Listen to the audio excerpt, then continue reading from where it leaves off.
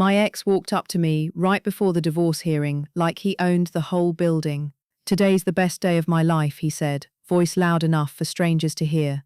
"I'm taking everything from you." His side piece stood a few steps behind him, smiling like this was her victory lap. I didn't blink, because my attorney leaned in close and murmured, "Perfect. You did exactly what we practiced."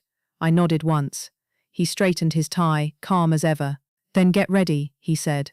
"We're about to give him a show he'll never forget." The night before court, Aaliyah watched Marcus fling a set of keys onto the kitchen table.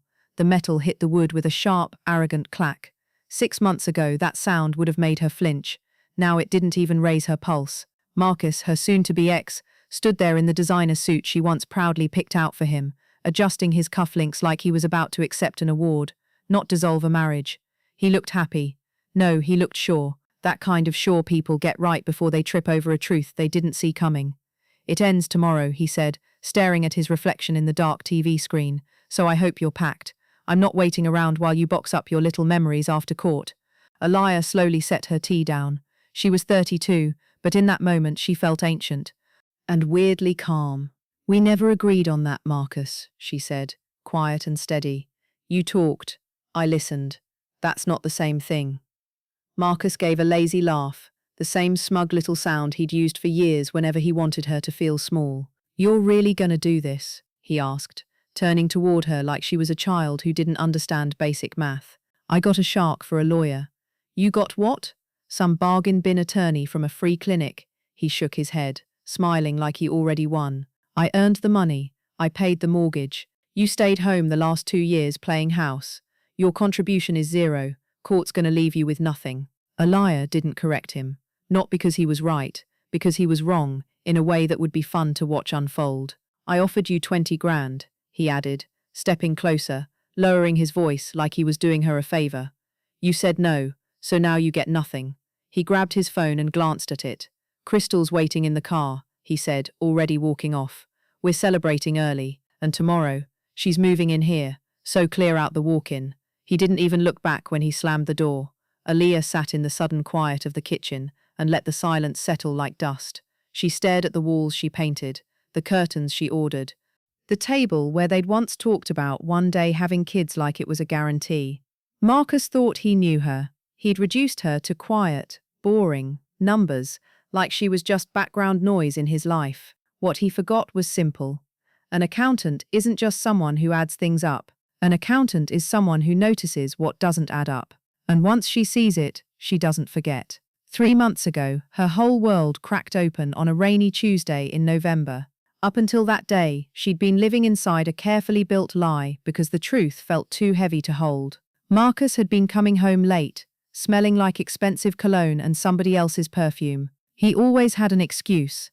Client dinner, work ran long, big deal on the table. And Aaliyah let herself believe him because it was easier than admitting she'd married a man who could look her in the eye and fake a whole life.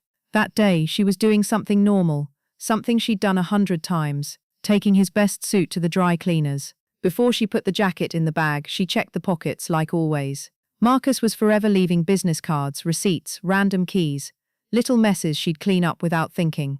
Her fingers hit a folded piece of thick paper inside the inner pocket. A receipt. She opened it, and her stomach dropped so fast she had to sit down. A luxury jewelry boutique downtown. Not a mall store. Not a maybe I splurged place. A somebody's trying to impress somebody place. Date, yesterday. Time, 2:30 p.m. Total, $5,000. Item, gold bracelet with topaz stones. Aaliyah stared at the paper like it might change if she blinked hard enough. Yesterday, at 2:30, Marcus had texted her. Buried at work, meeting with the CEO. Late night, don't wait up. He'd promised they'd watch a movie together when he got home. Instead, he was buying a bracelet for someone who wasn't his wife. Aaliyah's first instinct was to call him and let the rage fly. But rage is loud, and loud makes you sloppy. Aaliyah wasn't sloppy. She was trained for details, so she didn't call, she didn't scream, she didn't cry. She opened her laptop, because if Marcus was going to lie, she was going to prove it. She already knew the name Crystal, a new assistant he'd mentioned casually. "You'd like her," he'd said once. Super organized, always on top of stuff. Aaliyah found Crystal's profile in under 2 minutes. Public page, big following. Photos dripping with look at me energy. Restaurants, clubs, weekend trips, shopping bags held up like trophies. Then she saw the post from last night. A hand holding a champagne glass inside a luxury car. On that wrist, a gold bracelet with topaz stones. The exact one on the receipt. Caption, "He spoils me. Best night ever." And the location tag, the same fancy restaurant where Marcus had proposed to Aaliyah years ago, like their love was sacred and permanent. Aaliyah sat very still, the kind of still you get when your heart takes a hit, but your brain stays awake. No dramatic sobbing, no screaming, just that cold realization sliding into place. This wasn't a mistake. This wasn't a moment of weakness. This was a pattern, a system, a whole double life. That night, Marcus came home in a great mood, almost glowing. He stumbled through the kitchen, bragging about a big win at work, then passed out in bed like he had no worries in the world. Aaliyah lay beside him in the dark, eyes open, listening to his steady breathing, and she made a decision so clean and sharp it felt like flipping a switch. "I'm not leaving like a victim. I'm not walking away broke while he plays hero for some girl who loves his wallet. I'm getting back what's mine. Every dollar, every receipt, every hidden move, down to the last cent." For the next 3 months, Aaliyah lived 2 lives.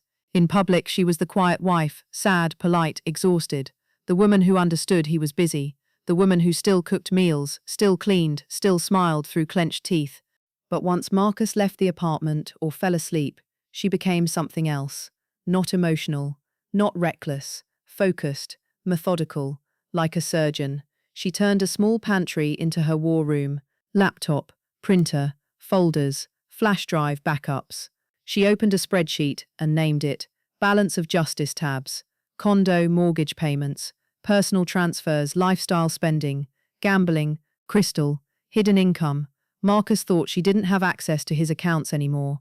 He'd changed passwords, set up 2-factor authentication, started acting like he was some mastermind. He forgot one thing: passwords don't matter when you're married to someone who knows your habits better than you know yourself. He also forgot the home tablet on the kitchen counter that was still logged into his cloud. And he definitely forgot that Aaliyah was the type of woman who wrote for mortgage in the memo line every single month because that's what disciplined people do. It was the kind of habit that doesn't seem important until it saves your entire life. First, she traced the down payment. 5 years ago, her grandmother, Nana Rose, passed away and left Aaliyah an inheritance. $150,000. That money became the down payment. Marcus had convinced her to send the funds to his account for convenience, so he could make one clean transfer. Back then, Aaliyah thought it was teamwork. Now she realized it was strategy. She pulled the statements, deposit into her account, transfer to Marcus, payment to the developer, clean chain, clear timeline, easy to explain in a courtroom. Then the mortgage. Every month, the payment came out of Marcus's card, and every month, the day before, Aaliyah transferred the exact amount into that same account, with the memo for mortgage, 3 years straight, no missed payments, no he said/she said, just math. And math doesn't care how charming you are. Then she dug into his spending, and that's when she realized the cheating wasn't even the worst part. It was what funded the cheating. The numbers didn't match his salary. The lifestyle was too big, too constant, too reckless. That's when she checked the places he never expected her to check. Work email, archived folders, deleted messages, and there it was. Fake vendor invoices, shell consulting contracts, kickback spreadsheets, a friend acting as a pass-through, money routed out and washed back in, labeled as loan repayment or birthday gift. It was sloppy, it was greedy, and it was illegal. Then she found the gambling, transfers to betting sites, amounts that made her throat go dry. $2,000, $5,000, $10,000, over and over. In 2 years, over $100,000, burned like it meant nothing. That money could have built a future. Instead, it funded addiction and ego. And then, of course, crystal, flights, hotels, designer purchases, the same dates Marcus called business trips. By the time Aaliyah finished, she didn't have a divorce folder. She had a full-on case file. The kind that doesn't just take a condo, it takes someone's whole perfect life and flips it upside down. And that's when she found the right lawyer. Not a loud one, not a flashy one. A calm, old-school strategist who didn't chase drama, he chased outcomes. People called him Mr. Sterling. Grey hair, glasses, quiet voice. But in court, he had a way of making people fall apart using their own lies. He looked at Aaliyah's folder and didn't even pretend to be unimpressed.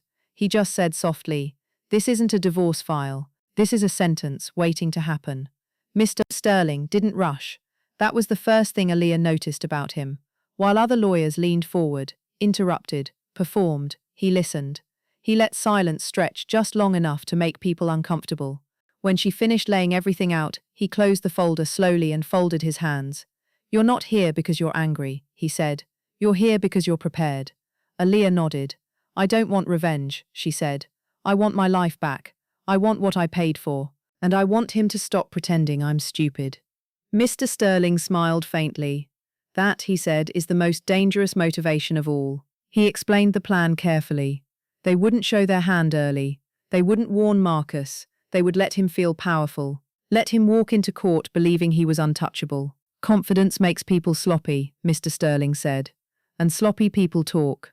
Aaliyah understood immediately. Marcus loved to talk, loved to boast, loved to humiliate. He would do half the work for them. The month before court felt like slow torture. Marcus grew bolder by the day. He started coming home later, caring less, flaunting Crystal openly. Sometimes he wouldn't even bother lying anymore. "She's young," he said once with a shrug. "She's fun. That's what happens when you stop being interesting." Aaliyah didn't respond. She cooked dinner. She cleaned the counters. She saved screenshots. Every insult became another nail. Every lie became another entry. At night, when Marcus slept peacefully beside her, she backed everything up twice. Cloud, encrypted drive, email to her attorney. No mistakes, no emotions, just preparation. The night before court, Marcus finally crossed the line. That's when he threw the keys on the table. That's when he told her Crystal was moving in. That's when he smiled, like the future belonged to him.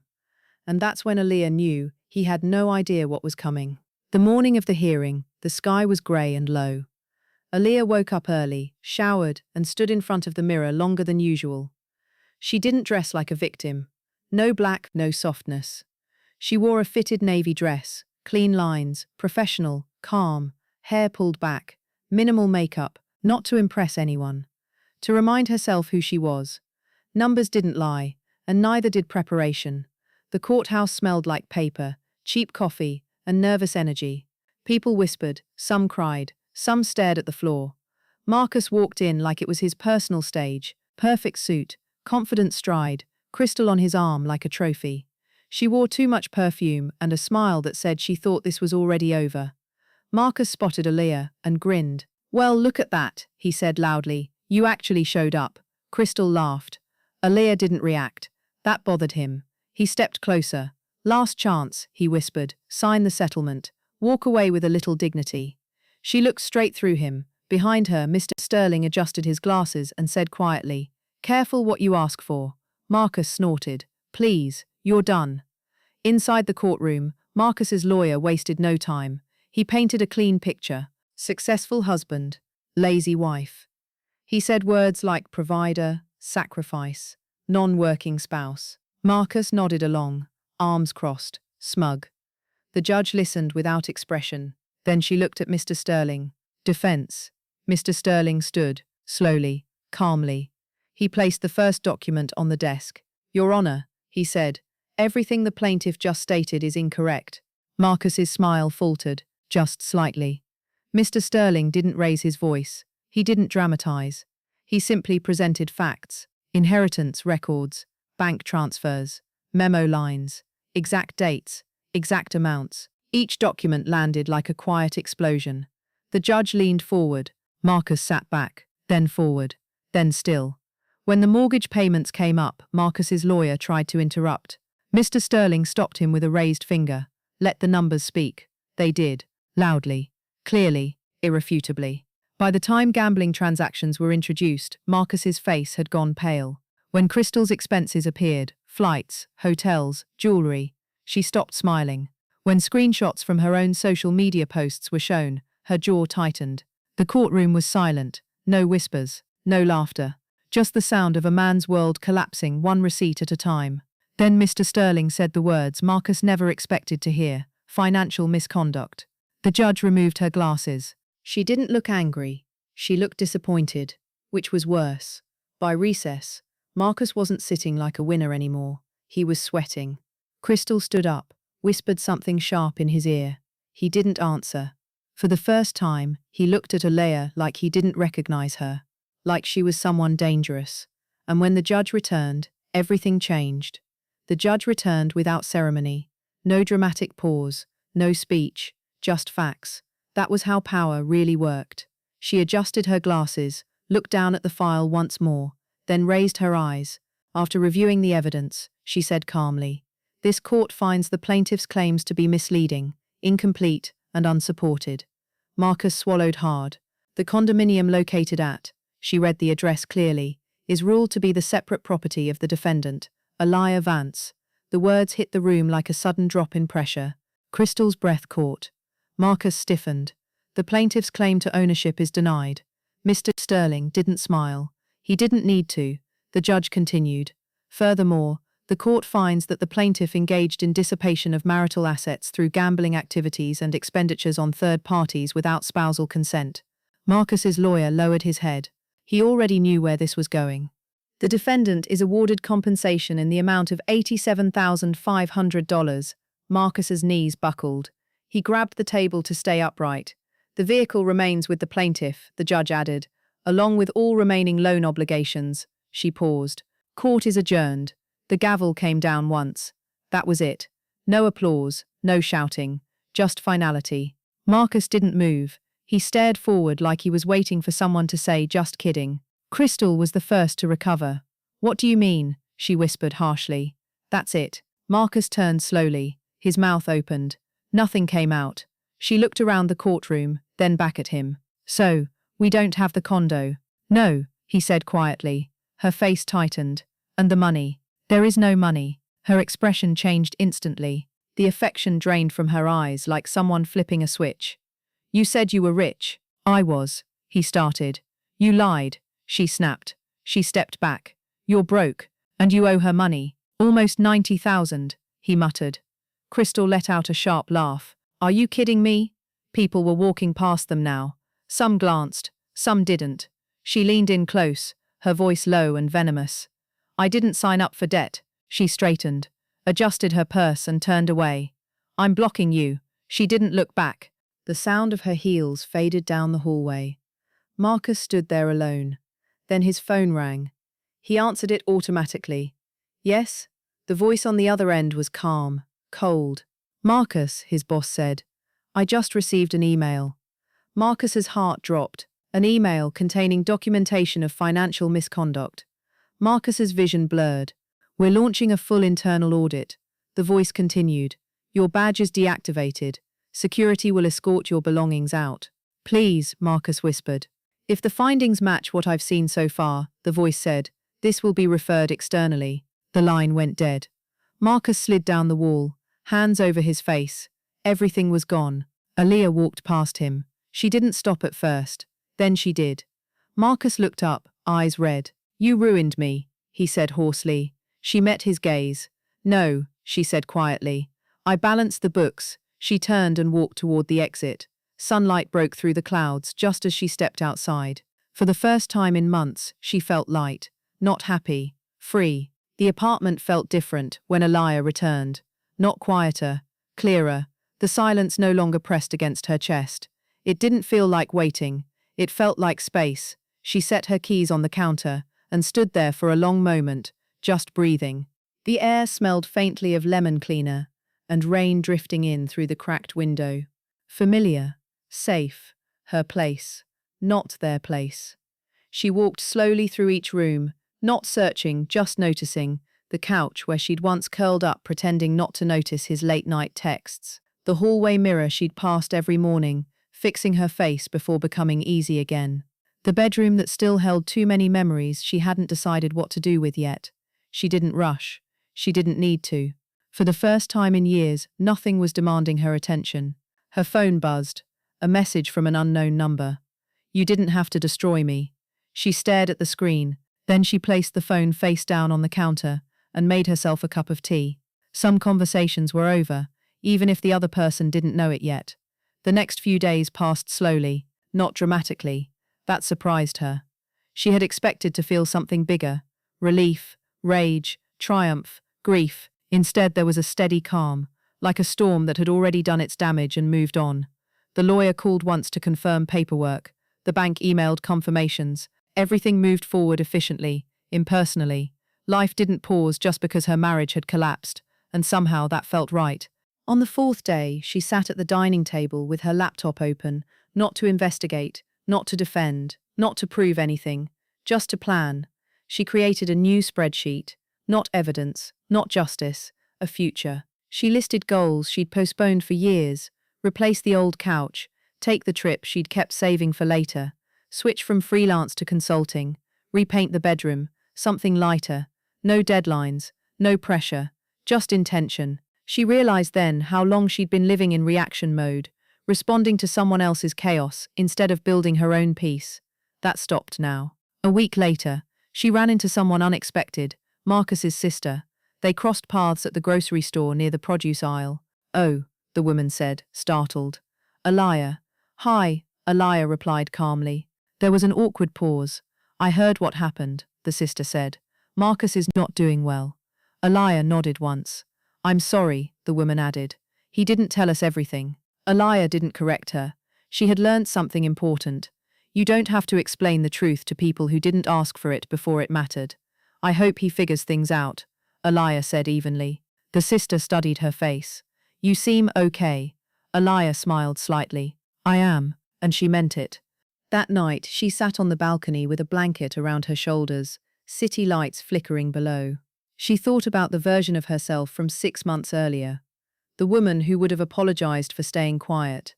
The woman who would have doubted herself. The woman who believed love meant absorbing damage. She didn't judge that woman. She thanked her, because endurance had gotten her here. But wisdom told her when to stop enduring. Her phone buzzed again. Another message.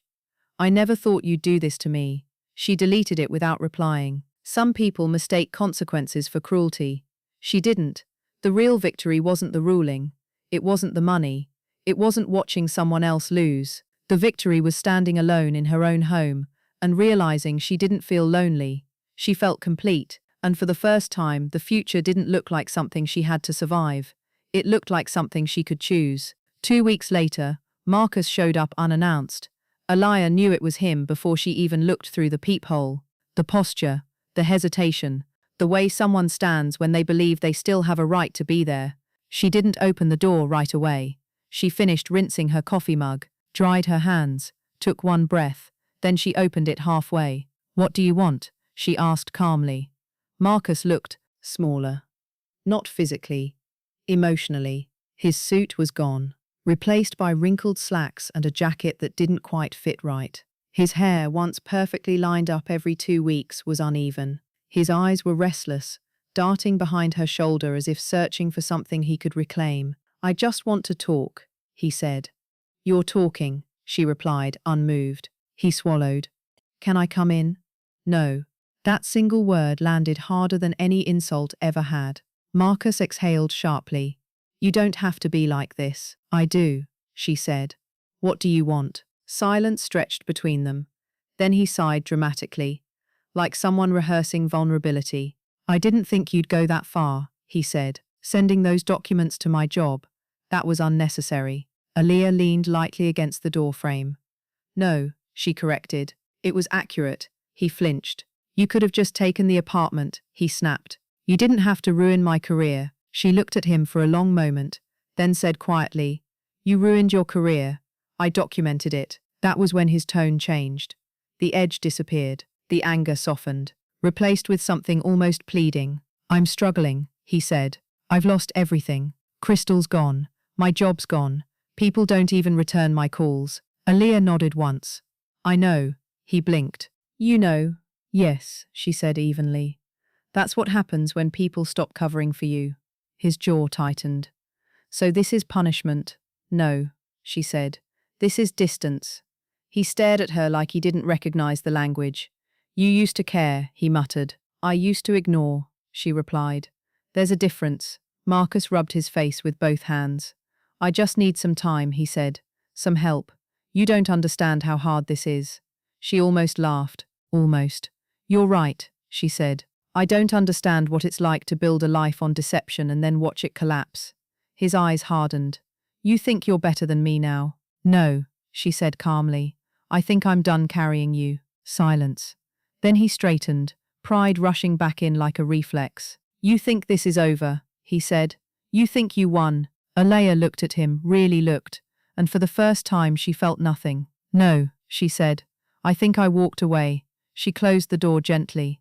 Not slammed, not dramatic, just final. That night, she slept deeply. No dreams, no tension in her shoulders, no replaying conversations in her head. The next morning, she woke up early and opened every window. Light poured in. She changed the sheets, threw out the last toothbrush that wasn't hers, cleared one shelf in the closet and left it empty. Not because she needed the space, but because she liked the reminder. This space belongs to me. A month later, she signed her first consulting contract. 3 times her old freelance rate, short hours, clear boundaries. When the client asked if she was available evenings or weekends, she smiled and said no, and the world didn't end. In fact, they respected her more. She repainted the bedroom a soft, warm grey, bought a couch she chose herself, stopped explaining her decisions to people who didn't live her life. Sometimes, late at night, she thought about Marcus, not with anger, with clarity. She finally understood something she hadn't before. Love without accountability isn't love, it's convenience. And she would never confuse the two again. Alea didn't expect to see Marcus again. That was the thing about closure. It usually arrives quietly, when you're no longer waiting for it. She was at the grocery store on a Wednesday evening, standing in the aisle comparing olive oils like it actually mattered. Her life had slowed down in ways that felt intentional now. Fewer rushes, fewer apologies, fewer decisions made out of fear. She heard her name before she saw him. Alea. She closed her eyes for half a second, then turned. Marcus stood 2 aisles over, holding a basket with exactly 3 items inside. Ramen noodles, a loaf of white bread, a cheap 6-pack. He looked thinner, not the gym kind, the worn-down kind. Oh, she said politely. Hi. That was it. No tension, no spike of adrenaline, just recognition. He looked surprised by her calm, maybe even offended by it. You look good, he said quickly. Really good. Thanks, she replied. I am. That answer seemed to throw him off. They stood there awkwardly, the hum of fluorescent lights filling the space between them. I didn't think I'd run into you like this, he said. I've been meaning to call. She raised an eyebrow slightly. You didn't, he shrugged. Didn't think you'd answer. I wouldn't have. Another hit he wasn't expecting. I heard you're doing consulting now, he said. Someone mentioned your name at a meetup. She nodded. Yes. You always were good with numbers, he added, forcing a smile. Guess I underestimated that. Alea tilted her head. No, she said. You underestimated me. That landed. Marcus cleared his throat. Look, I know things ended rough, but I've been thinking a lot about us. About what I lost. She waited. Didn't rush him. Didn't interrupt. She'd learnt the power of silence. I messed up, he admitted. I was arrogant, blinded by ego. But I've changed. She smiled, not warmly, not cruelly, just knowingly. That's good, she said. For you. For us, he corrected. She shook her head gently. No, for you. His face tightened. You don't even want to hear me out. I already did, she replied. For years. He stepped closer, lowering his voice. I'm not asking for everything back. Just a conversation. Closure. She thought about that, then said, Closure isn't something you get from me. It's something you make peace with on your own. He looked genuinely confused. You sound cold, he said. She laughed softly. No, I sound finished. That word again, finished. He stared at her like he was trying to memorize her face. I really did love you, he said quietly. She believed him, and still. I know, she said. But love without respect is just noise. They stood there a moment longer. Then she picked up her olive oil and placed it in her cart. Take care, Marcus, she said. I hope you figure things out. And she walked away. That night, she cooked dinner with music playing, no TV noise, no arguing in the background, just rhythm and steam and the sound of her own breath. She realized something as she ate alone at the table she once set for two. Loneliness feels very different when you're not abandoned. She wasn't alone anymore. She was unburdened. Weeks passed, then months. Marcus became a story she no longer told. Her work grew. Her circle got smaller but stronger. She said no more often than yes. She stopped explaining herself. And one quiet Sunday morning, as sunlight spilled across her living room floor, she sat on the couch and thought, this is what peace looks like. Not excitement, not revenge, just alignment. The email arrived on a Tuesday morning. No subject line, just her name. Aliyah almost deleted it without opening. Almost. Something told her not to, not fear, not curiosity, awareness. She opened it. Aliyah, I don't know if I have the right to write this, but I'm out of options. I need help. Marcus. She stared at the screen. Old Aliyah would have felt it immediately. That pull, that tightening in the chest, that instinct to rescue, to fix, to explain, to soften the fall. But that version of her was gone. She didn't feel panic. She felt distance. She closed the laptop, finished her coffee, went for a walk. Later that afternoon, she reopened the message, read it slowly this time, not as a former wife, not as a savior, as an observer. Another email followed an hour later. I lost my apartment. Credit cards maxed. Job prospects dried up fast once my name started circulating. I'm staying with a friend for now. I know I don't deserve anything from you, but you're the only person I trust. She exhaled slowly. This was the test. The one no one talks about. Not the leaving, not the courtroom, not the revenge fantasies. This the moment when the person who broke you comes back broken themselves, and you have to decide who you are now. She called her sister. Didn't explain everything, just asked one question. What would you do? Her sister didn't hesitate. I'd do what protects your peace. Not your pride, not your guilt, your peace. That settled it. Aliyah replied with 3 sentences. Marcus, I hope you find the support you need. I'm not the person who can provide it anymore. I wish you well. She sent it, then muted the thread. No dramatic speech, no explanations, no emotional labor, just a boundary. That night, she slept deeply, the kind of sleep that only comes when you're no longer negotiating with the past. A few days later, something unexpected happened. She got a call from a number she didn't recognize. She almost ignored it, then answered. Ms. Vance, a woman's voice asked. This is Karen. I work with a local financial literacy nonprofit. We were referred to you. Aliyah frowned. Referred by who? Your former attorney, Mr. Sterling, the woman said. He spoke very highly of your work. We're looking for someone to lead workshops for women rebuilding after divorce. Aliyah sat up straighter.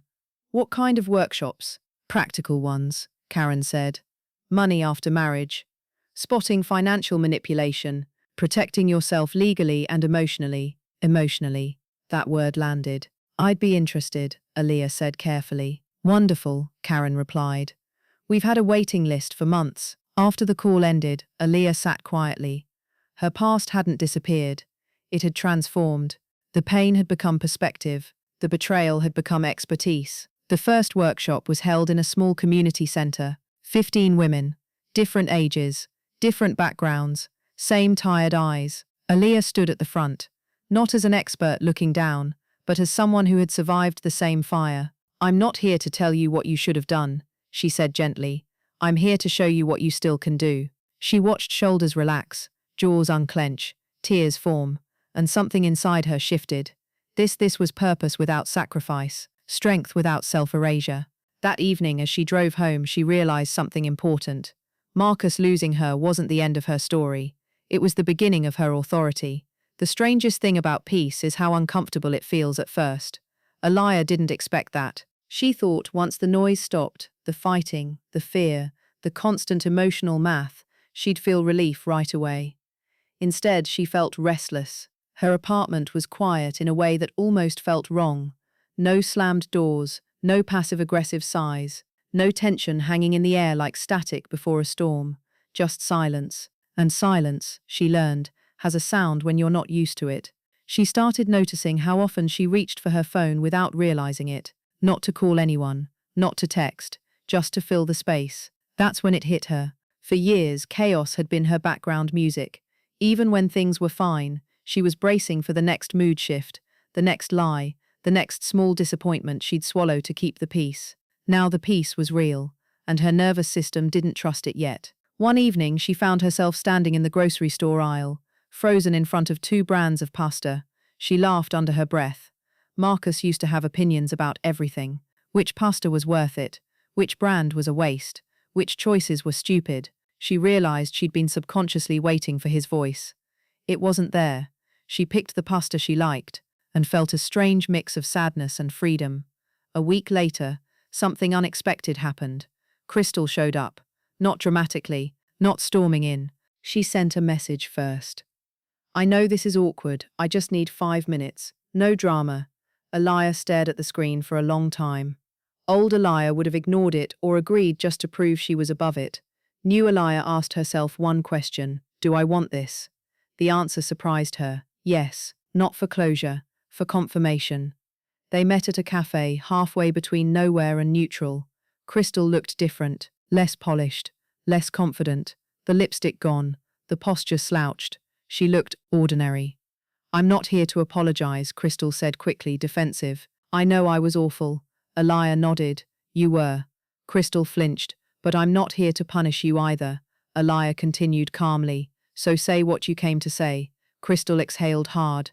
"He lied to me," she said, "about everything. The money, the divorce, you." Aliyah stirred her coffee slowly. "He does that." Crystal laughed bitterly. "I thought I was special, that he'd never do to me what he did to you." Aliyah looked up, meeting her eyes for the first time. "That's how it works," she said gently. "The story changes, the pattern doesn't." Silence settled between them. Then Crystal asked quietly, "How did you not fall apart?" Aliyah thought about that. "I did," she said honestly, "just not where everyone could see." Crystal swallowed. "He said you were weak." Aliyah smiled, not smug, not cruel. "He needed me to be," she replied. "Otherwise he'd have to face what he is."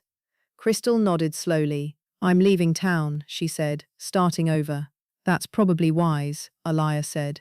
They stood, no hug, no forgiveness speech. Just 2 women understanding the same man from different sides of the same lie. That night, Aliyah slept easier than she had in weeks. Not because she'd won, but because she'd seen clearly. The workshops grew.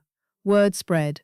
Women brought friends, then sisters, then daughters. Some came angry, some came scared, some came numb. Aliyah welcomed them all. She stopped trying to be inspirational. She focused on being honest. "You don't need to become harder," she told them. "You just need to stop betraying yourself." That line stayed with people. She started hearing it repeated back to her, in emails, in texts, in whispered thank yous after sessions. One evening, as she packed up her notes, a young woman lingered. "What if I'm scared I'll end up alone?" she asked quietly. Aliyah didn't rush the answer. "Being alone isn't the same as being abandoned," she said. "Sometimes it's the first time you're actually choosing yourself." The woman nodded, eyes glossy. Aliyah understood that look. She'd worn it herself. Later, sitting on her balcony with a glass of wine, the city lights blinking below, Aliyah realized something subtle but powerful. She wasn't rebuilding her life. She was reclaiming it, brick by brick, boundary by boundary, choice by choice. Aliyah didn't miss Marcus, but she missed having someone.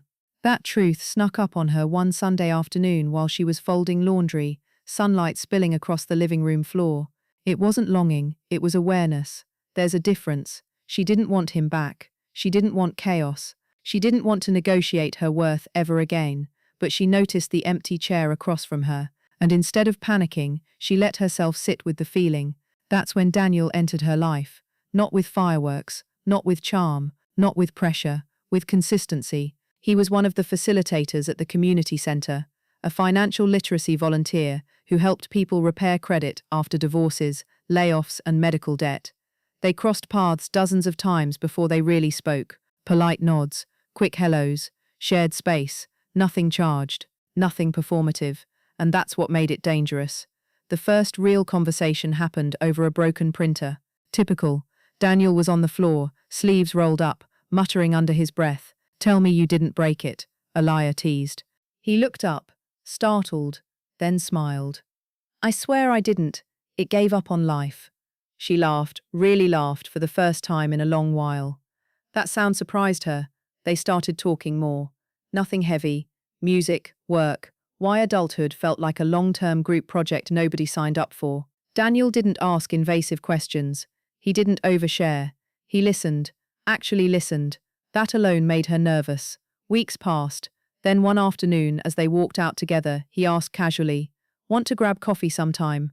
No expectations, no urgency, no wounded ego when she paused. She studied him, not suspicious, just aware. "Sure," she said finally, "but slow." He smiled. "That's my speed." Her chest tightened. Not fear, but recognition. Coffee turned into walks. Walks turned into conversations that didn't drain her. Daniel never interrupted her stories, never rushed her healing, never tried to prove anything. One evening, she told him about the divorce, not dramatically, not in detail, just the facts. He didn't gasp, didn't villainize Marcus, didn't position himself as the better man. He just said, "That must have been exhausting." She almost cried. That's when the fear hit, not of him, of herself, of slipping back into old patterns, of shrinking, of explaining, of tolerating. She pulled back, not dramatically, just subtly. Delayed replies, shorter conversations. He noticed, but he didn't chase. That terrified her more than manipulation ever had.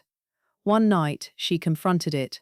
Her reflection in the bathroom mirror stared back, calm, grounded, older but clearer. "You don't have to sabotage peace, just because chaos feels familiar," she told herself. So she told Daniel the truth, not the story, the fear. "I don't know how to be with someone without losing myself," she admitted one evening. He nodded slowly. "Then don't," he said. "I don't want a version of you that disappears." Her breath caught. No one had ever said that to her. They didn't define anything right away. They let things exist. And for the first time in her life, that felt safe. Around the same time, Marcus resurfaced. Not in person, through a mutual acquaintance. "He's struggling," the message read. "Mentally, financially, says he regrets everything." Alaya read it once, then deleted it. She didn't feel anger, she felt distance, like watching a storm from a place it couldn't reach her anymore. She wished him no harm, but she owed him nothing. Not even forgiveness. One evening, sitting across from Daniel on her couch, wine glasses untouched, he asked gently, "What does peace look like to you now?" She thought about it. "Waking up without bracing," she said. "Making choices without guilt. Loving without fear, or at least not letting fear lead." He smiled. "Sounds like you're already there." She shook her head softly. "I'm learning to stay." That night, as she locked her door and turned off the lights, Alaya realized something profound. Love didn't arrive loudly. It didn't demand proof. It didn't compete with her peace. It asked permission, and that changed everything. From apologies, from accountability, from someone finally admitting they were wrong. She believed healing required a moment where the other person saw her pain. But real life didn't work like that. Real life was quieter and far less theatrical. The moment she finally let go didn't happen during a conversation with Marcus. It happened on a Tuesday morning, alone, in her kitchen. She was making coffee, standing barefoot on the cool tile, watching steam rise from the mug. Her phone buzzed, a text from an unknown number. She didn't need to open it to know who it was. She already felt the familiar tightening in her chest, the reflex, the old wiring. She stared at the screen, then turned the phone face down, and went back to stirring her coffee. That was it. No tears, no shaking hands, no anger, just a calm decision. I don't owe anyone access to my peace. Later that week, she boxed up the last remnants of her old life. Not memorabilia, not photos, just expectations. The expectation to explain herself, to justify boundaries, to soften truth so others wouldn't feel uncomfortable. She didn't need to carry that anymore. Daniel noticed the shift, not because she became louder, but because she became steadier. One evening, they sat on her balcony, city lights glowing softly below. "I've never seen someone look so at home in themselves," he said. She smiled. "It took losing everything I thought I needed." "Worth it?" he asked. She didn't answer right away, then nodded. "Absolutely." Months passed. Her life didn't become perfect. It became honest. She worked. She rested. She laughed more easily. She said no without rehearsing. She said yes without fear. And for the first time, she didn't confuse chaos with passion. One afternoon, while organizing files at the community center, she overheard someone say, "Divorce ruins women." She almost corrected them. Almost. But then she realized something. She didn't need to. Her life was the answer. Marcus faded into memory. Not hatred, not bitterness, just relevance lost. He became a chapter, not the story. The last scene wasn't dramatic. It was simple. Aaliyah, standing in her apartment one evening, windows open, music playing softly, dinner simmering on the stove. She looked around, the walls she owned, the space she chose, the life she built without asking permission. And she whispered only to herself, "I finally chose peace over being chosen." And that made all the difference. End if this story felt familiar. If you've ever stayed too long, given too much, or waited for approval that never came, you're not alone, and it's never too late to choose yourself. If you want more stories like this, stay with me.